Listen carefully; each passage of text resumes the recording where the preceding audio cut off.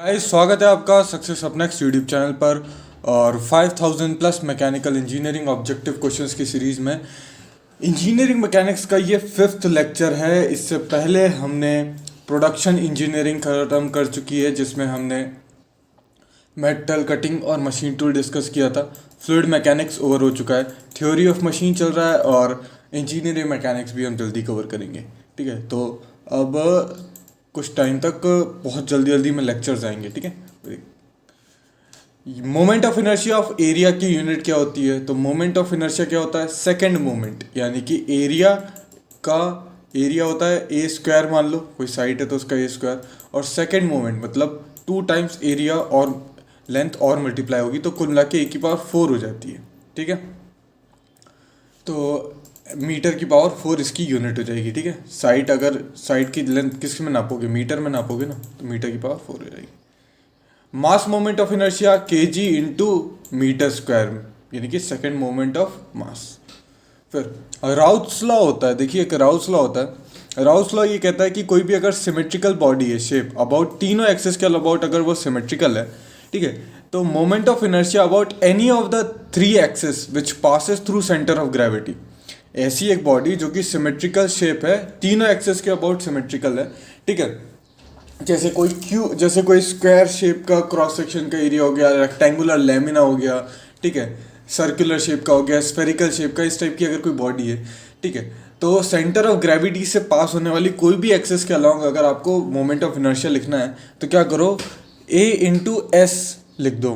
Bye 3 होगा rectangular और square shape के लिए, बाय 4 हो जाएगा आपका सर्कुलर और रेक्टेंगुलर शेप के लिए, बाय 5 हो जाता है स्फेरिकल शेप के लिए। ए क्या होगा? ए यहाँ पे एरिया हो सकता है, या फिर अगर एरिया मोमेंट ऑफ इनर्शिया लिखना है तो ए लिख दो, मास मोमेंट ऑफ इनर्शिया लिखना है तो एम लिख दो। और एस क्या है? एस है sum of the couple of the semi axis.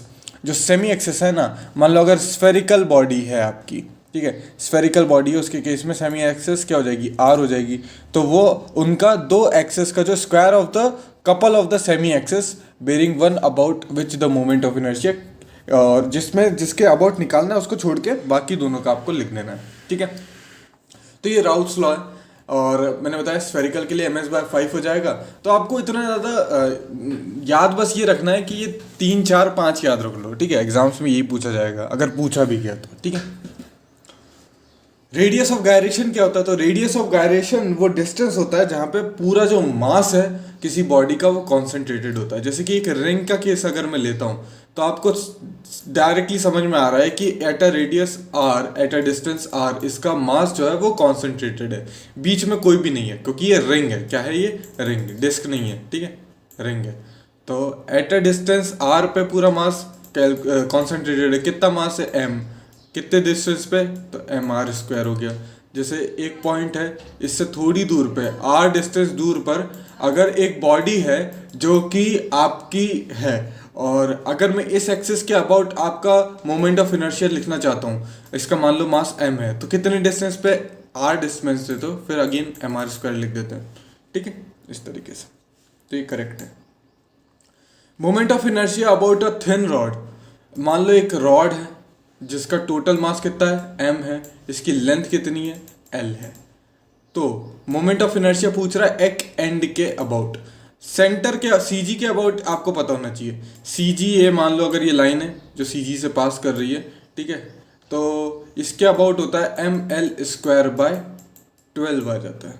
क्या आ जाता है? M L square by 12। अब आपको पता है कि अगर मुझे इस एक्सिस के अलाउट पता है और मैं इससे पैरेलल एक एक्सिस पे निकालना चाहता हूँ, तो मोमेंट ऑफ इनर्शिया किसी पैरेलल एक्सिस पे हो जाएगा आई सी जी प्लस जो मास है इनटू जो डिस्टेंस है। मान लो ये जो डिस्टेंस है ये ए है, ठीक है, ए है, तो एम ए स्क्वायर ये फॉर्मूला होता है। ठीक है, पैरेलल एक्सिस थ्योरम कह देते हैं। ये कितना हो गया? एम एल स्क्वायर बाय 12 हो गया। ठीक है, मास इसका एम है, ये डिस्टेंस कितना है? यहाँ से पूरा डिस्टेंस एल था, तो ये आधा डिस्टेंस एल बाई 2 हो गया। एल बाई 2 का स्क्वायर कर दो, इसको सॉल्व करोगे तो एम एल स्क्वायर बाय 3 आ जाता है। ठीक है, एम एल स्क्वायर बाई 3 किसके एक्सेस? इस एक्सिस के लॉग जो कि उसके एंड पे है। ठीक है, एंड पॉइंट पे एम एल स्क्वायर बाय 3 आ जाएगा। एम एल स्क्वायर बाय 3 आता है एंड के अबाउट, और एम एल स्क्वायर बाय 12 आता है सी जी के अबाउट, तो मतलब 4 टाइम्स ज़्यादा है, ठीक है, 4 टाइम्स ज़्यादा आता है। एक बॉडी है, ठीक है, रेक्टेंगुलर बॉडी है मान लो, ठीक है, रेक्टेंगुलर बॉडी है, और सॉरी इस तरीके से एक रेक्टेंगुलर बॉडी में बना लेता हूँ। नहीं, इसमें नहीं है।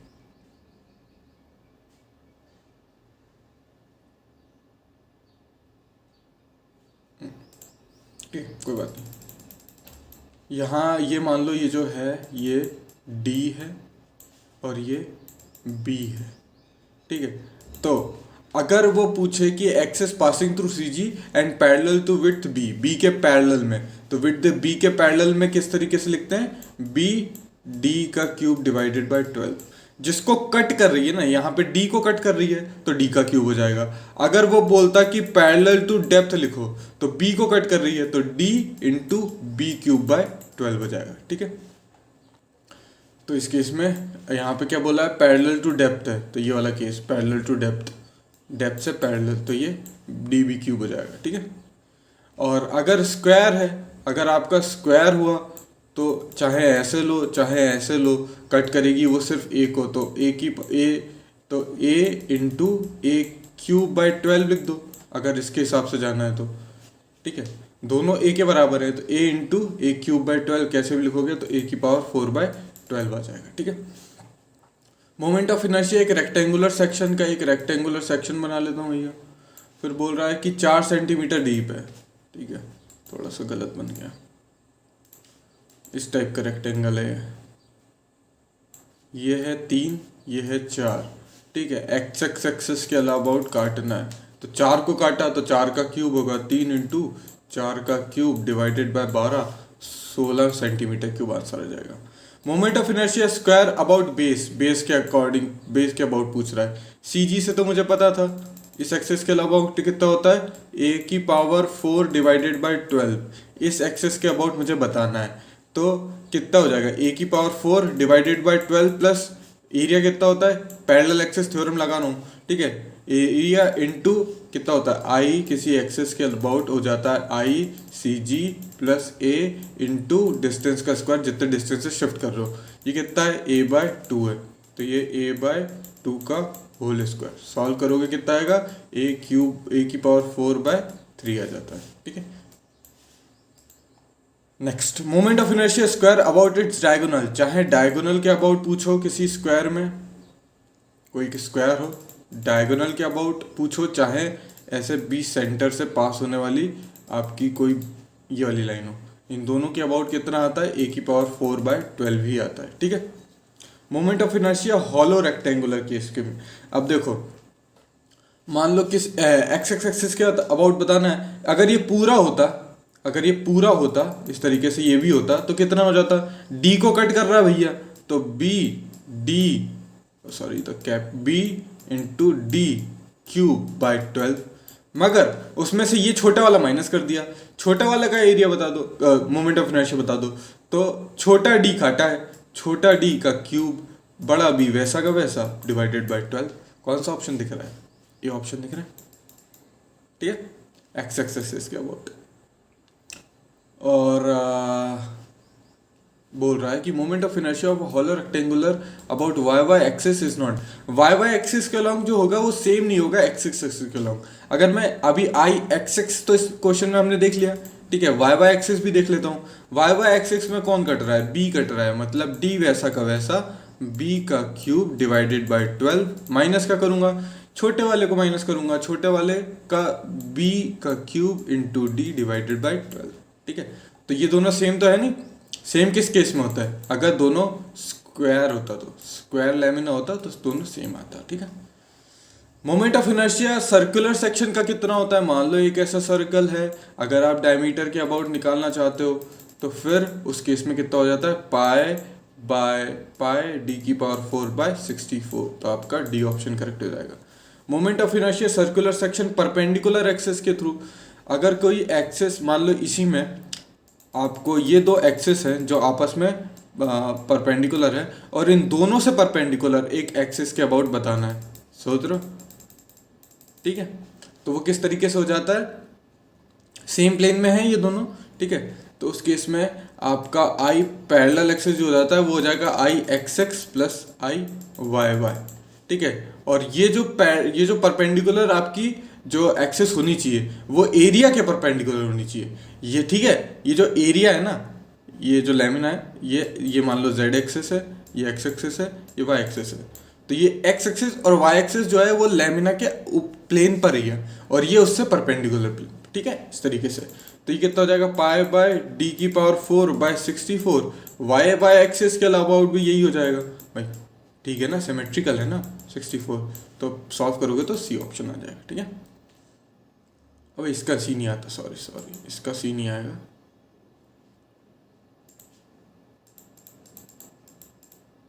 इसका सी आएगा, ठीक है। फिर अब हमको पता चल गया था इसमें एक्स एक्सिस के बारे में पूछ रहा है, डायमीटर से पास होने वाली, ठीक है। तो हमें पता है कि पाई बाय 4 डी की पावर 4 डिवाइडेड बाय 64 ऐसा होता है, उसमें से कितना छोटे वाले का माइनस कर दूंगा, छोटे वाले का कितना हो जाएगा, बड़े वाले का डायमीटर कैपिटल डी है, छोटे वाले का छोटा डी हो जाएगा, डी की पावर 4 बाय 64, ठीक है। तो आपका डी ऑप्शन करेक्ट हो जाएगा। सिंपल से क्वेश्चन है ना। फिर परपेंडिकुलर एक्सिस के अबाउट पाई बाय 32 आया था डी की पावर 4, और पाई बाय 64 हमारा होता है किसी डायमीटर वाली एक्सिस, ये एक्स एक्स या फिर वाई बाय एक्सिस के अराउंड, तो ये 2 टाइम्स है, ठीक है। तो वही पूछा गया। अगर कोई हमारे पास ट्राइंगल है और सी जी से पास होने वाली पैरेलल टू बेस, तो इस एक्सिस ये सी जी मान लो, इससे पास होने वाली के अबाउट कितना हो जाएगा, यहाँ पे क्या काट रही है, यहाँ पे हाइट को काट रहा है, ये एक्सिस हाइट को काट रही है, तो बी एच क्यूब बाय 36 हो जाएगा। और अगर पूछे कि बेस के अलाउंग, तो बेस के अलाउंग पूछे, अगर इस एक्सिस के अलाउंग पूछे, तो बेस के अलाउंग पूछ रहा है अगर आई बेस के अलाउंग, तो आ जाएगा आई सी जी प्लस एरिया कितना होता है बी एच बाई 2, और ये कितना डिस्टेंस है एच बाय 3 का डिस्टेंस है। सी जी एच बाई 3 पे होता है ना, पुरानी क्लासेस में बताया था मैंने, नहीं देखी भूल गए तो फिर से देख लेना। ये बी एच क्यूब तो कॉमन निकाल लूंगा, ठीक है। यहाँ 2 और ये 9 का स्क्वायर, तो यहाँ से 9 दूनी 18 कॉमन आ जाएगा, ये हो जाएगा 1/2 प्लस 1, है ना, 3 त्रिकोण 9 दूनी 18 कॉमन निकाल लिया, तो जाएगा B H cube divided by 18 into कितना आ जाएगा 3 डिवाइडेड बाय 2, तो ये 3 से कितना जाएगा, ये 3 से आपका चला जाएगा कितना टाइम्स, 6, ठीक है। तो 6 दूनी 12, तो बी एच क्यूब बाय 12 आ जाएगा, ठीक है, बी एच क्यूब बाय 12। तो दोस्तों ये वीडियो का एंड है, आशा करता हूँ वीडियो आपको पसंद आया होगा। वीडियो पसंद आया तो लाइक कीजिए, चैनल को सब्सक्राइब कर लीजिए, बेल आइकन को प्रेस कर लीजिए, वीडियो को शेयर कर दीजिए जो भी सिमिलर एग्जाम्स की तैयारी कर रहे हैं। Thanks for watching and as always have a nice day.